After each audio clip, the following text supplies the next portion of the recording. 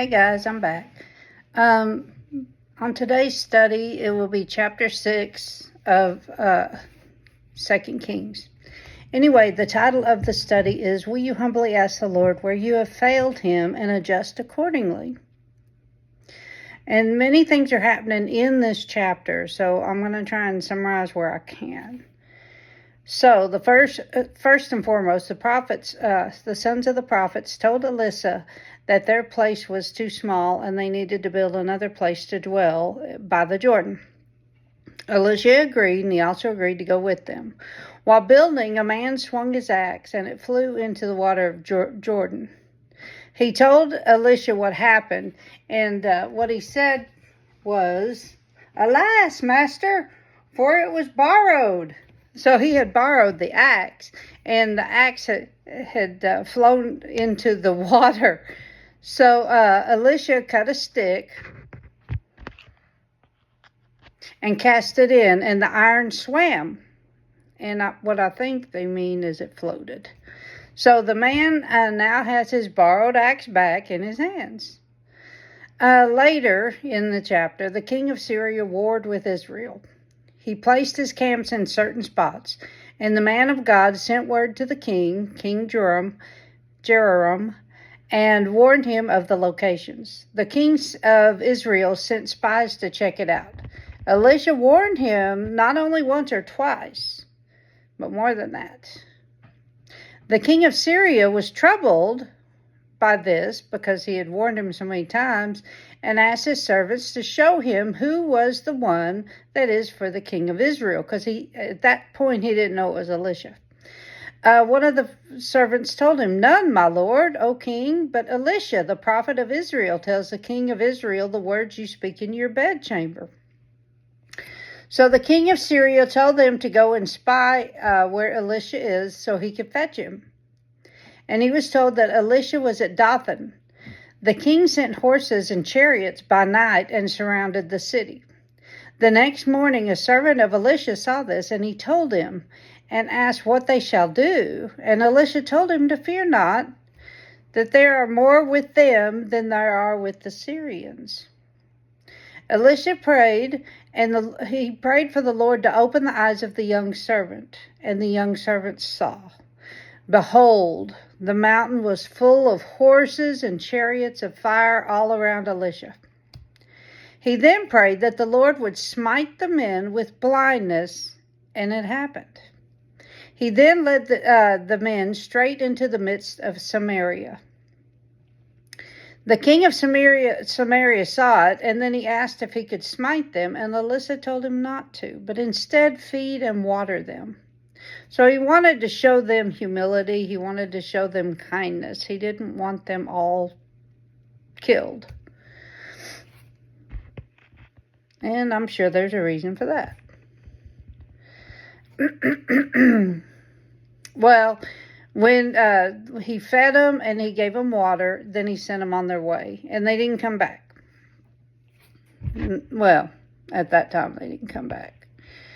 But the king of Syria, Ben-Hadad, did gather up his troops, and he went and besieged Samaria eventually.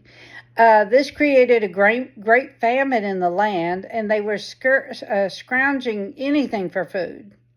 Even an ass's head, a donkey's head, was worth 80 shekels of silver. And this sounds gross, but I guess when you're hungry, you do what you got to do. And the husk from dove poop was selling for 5 pieces of silver.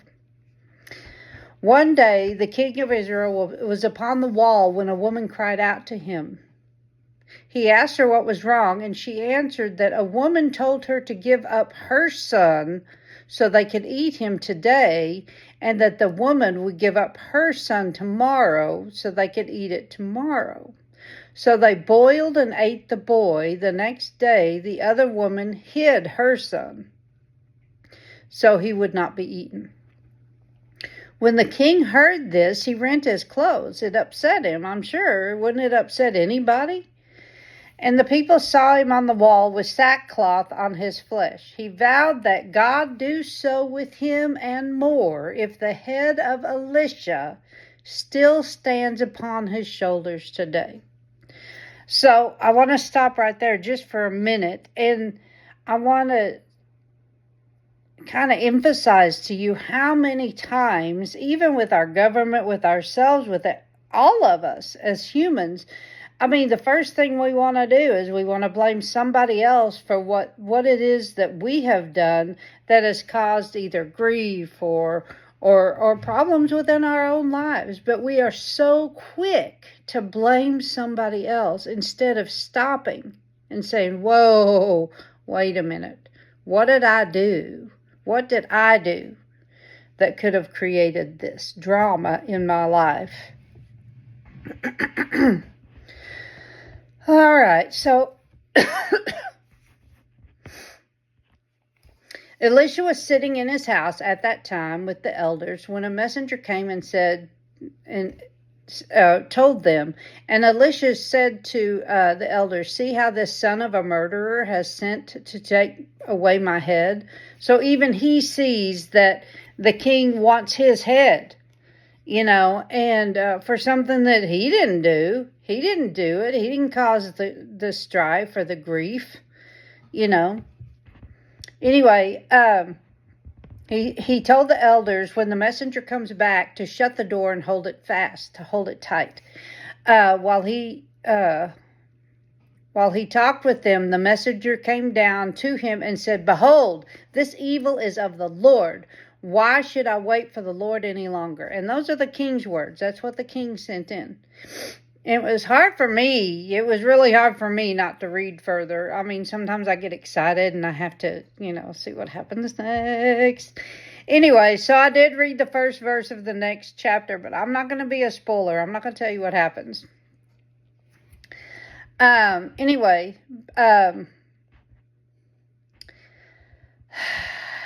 So it says, time and time again, we see how the Lord protects his own. Elisha not only sees what the Lord puts in front of him and follows through, but he prays in times of need. He has complete faith, yet he still asks, do we pray for what we need, or do we expect the Lord to just know and provide for us? And I wrote, this is part of, me sharing with all of you guys. But I have found that I am guilty of not always asking the Lord for what I need.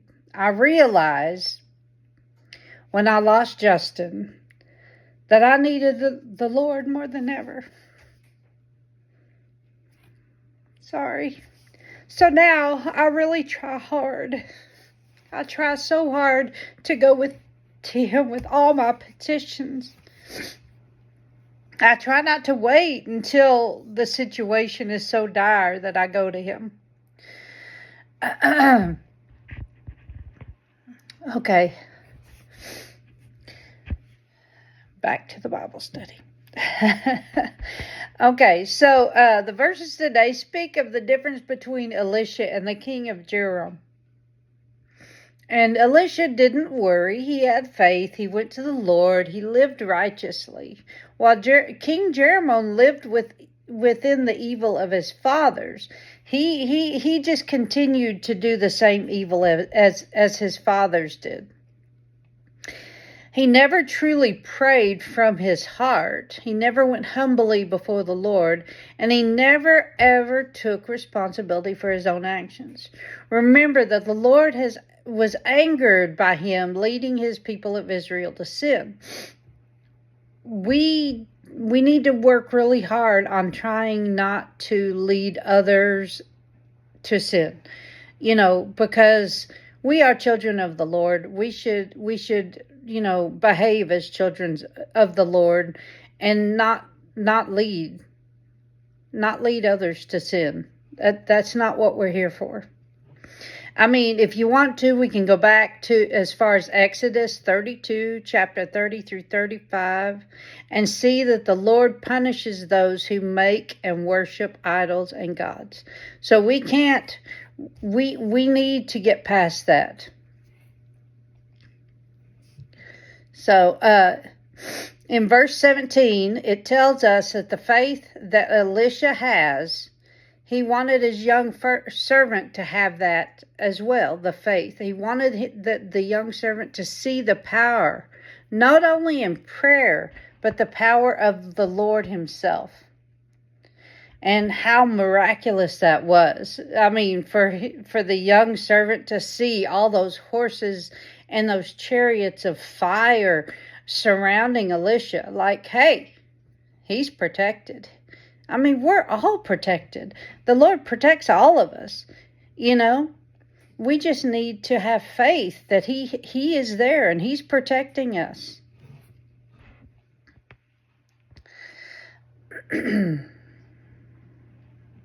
Okay, so in verses 30 through 31, we see how the king of Israel was blaming Elisha and the Lord for the famine.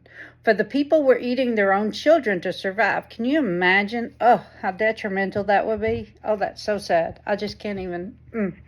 As I read, I see a man who is distraught and appalled by what the woman said, but when he rent his clothes and wore sackcloth, I have to kind of wonder, me personally, was it really in solidarity with the people, or was it sinister? Was it his way of putting on a show, saying, see what the Lord has done, see the Lord is not with us? I don't know. I mean, that's just me thinking, and I oftentimes overthink a lot of things. But especially when I'm reading, I try to, think of all the possible scenarios. Okay. Do you think things would have been different if King Jehoram would have humbled himself before the Lord in prayer? Certainly, I think so. That is all the Lord wants from us. He wants us to humbly come before him with a pure and clean heart. So in verse 33, the king declares that the evil is of the Lord, and he would not wait for the Lord any longer. Really? You're not going to wait for the Lord any longer. Like, it's up to you, right? It's your choice. Believe me, it doesn't matter who you are or what you do. The Lord's will is going to happen. Whether you like it or not, whether you're part of it or not, it's going to happen. And, I would rather be on the receiving end than on the other. I want to be with the Lord. I want to be part of the solution, part of the Lord's solution, and not part of the sin and the flesh and the problem. I want to be part of the solution. Why would you stop for a moment? Look, you stop for a moment, you look around at yourself and your ways and what's going on in your life, and you place the blame where it needs to go. You place the blame solely on what is causing the problem. And that's what sinners can't see. Sinners can't see that because they can't see past their sin. And when you become a believer, you're able to see past your sin and see the righteousness of the Lord, and you realize what you've been doing is wrong all along, and you need to change. You need to turn from your sin and try to do better. No, we're not always going to be better.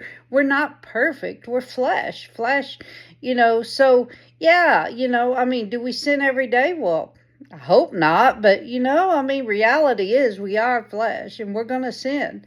So what we need to do is strive to do better. Ask the Lord to help us with whatever we're struggling with, whether it's, spending too much money, eating too much food, going out and doing things, drinking, smoking, gambling, whatever it is that we're doing that is not within the line of what the Lord wants us to be doing. We need to ask the Lord and say, listen, help me, please, Lord, help me to get past this.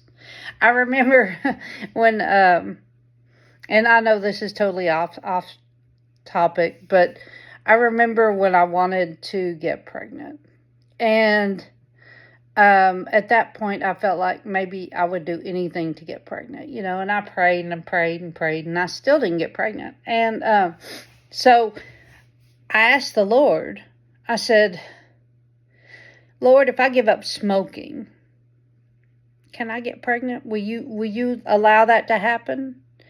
And the Lord revealed to me, let's see what you're made of. Let's see what you're made of. Are you willing to give that up for me? Are you willing to?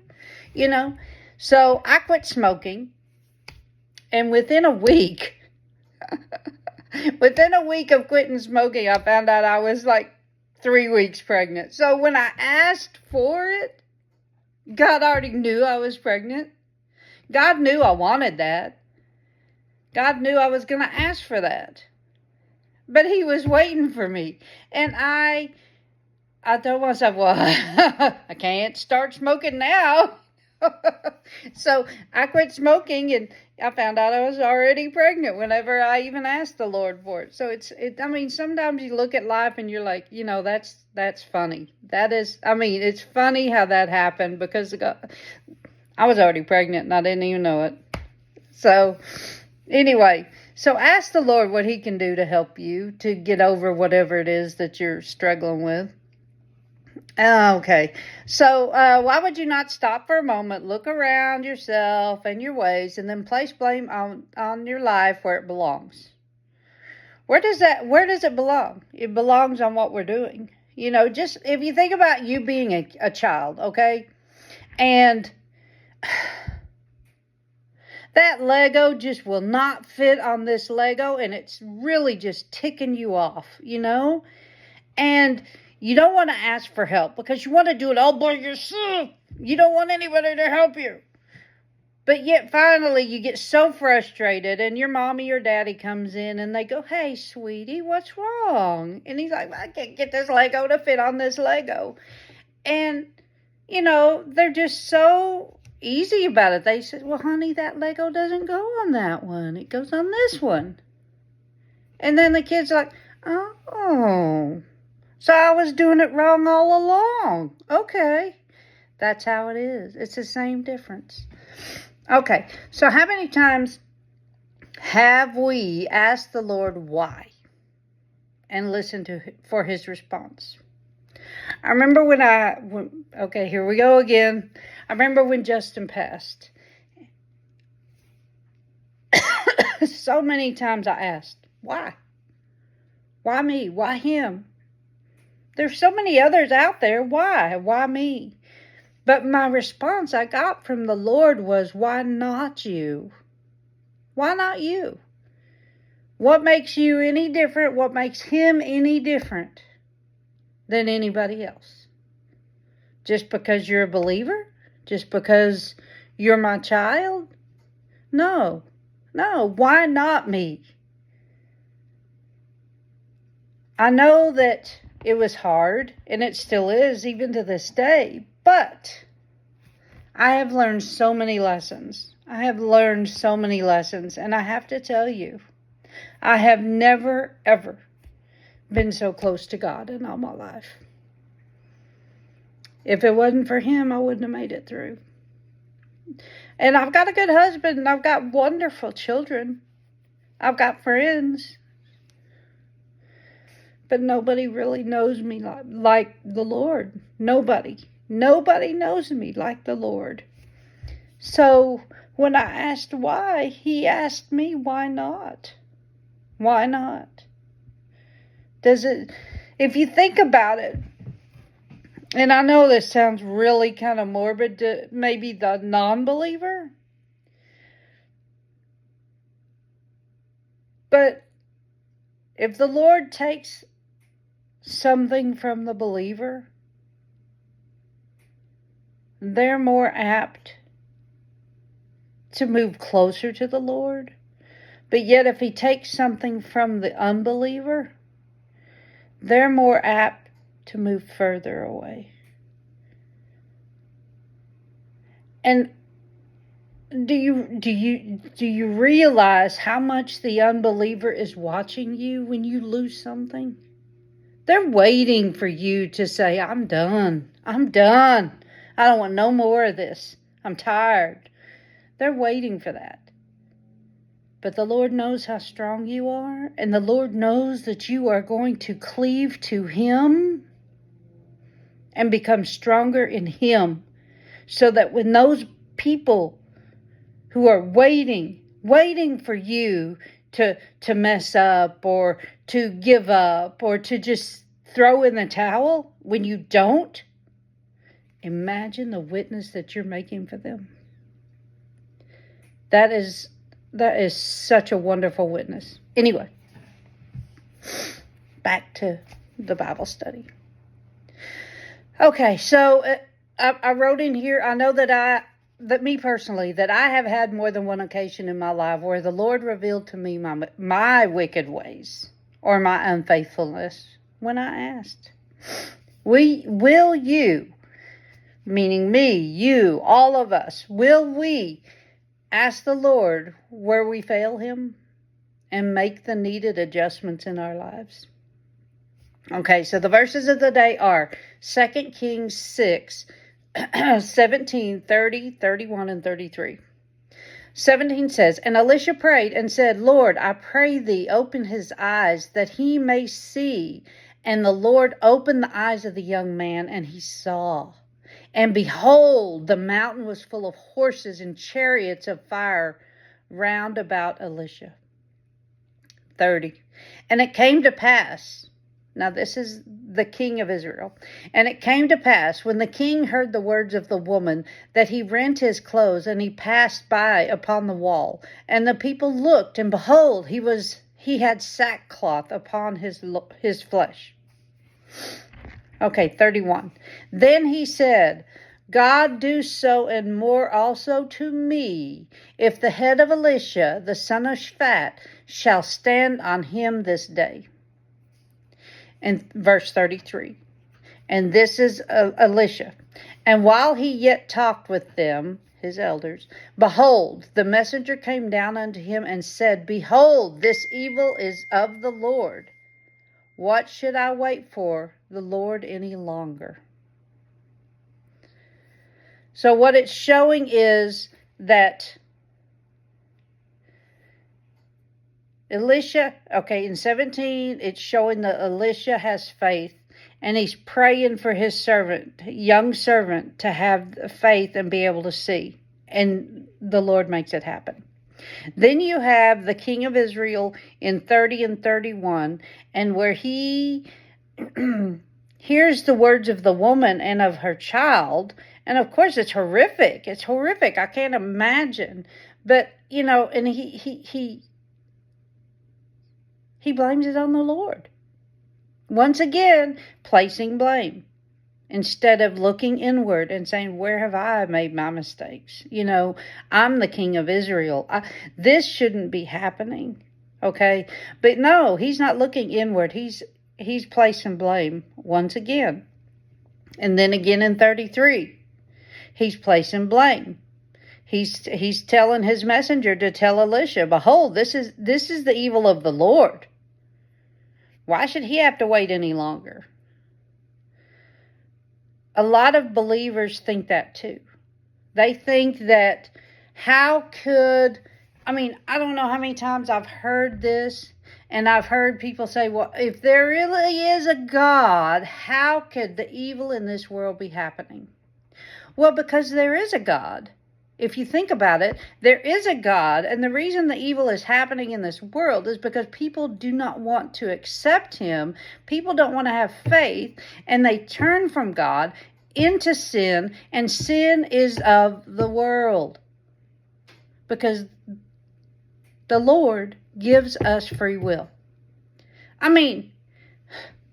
Would we really and truly love the Lord with all our heart, our soul, our minds? Would we totally love the Lord if He said we had to and there was no other choice? Would we really? Or would we love the Lord because we have the choice, because we know and we have faith in His love, His grace, His mercy, His sacrifice? So the difference is, yes, there would be evil in the world. because our Lord is gracious. He is loving. He's kind.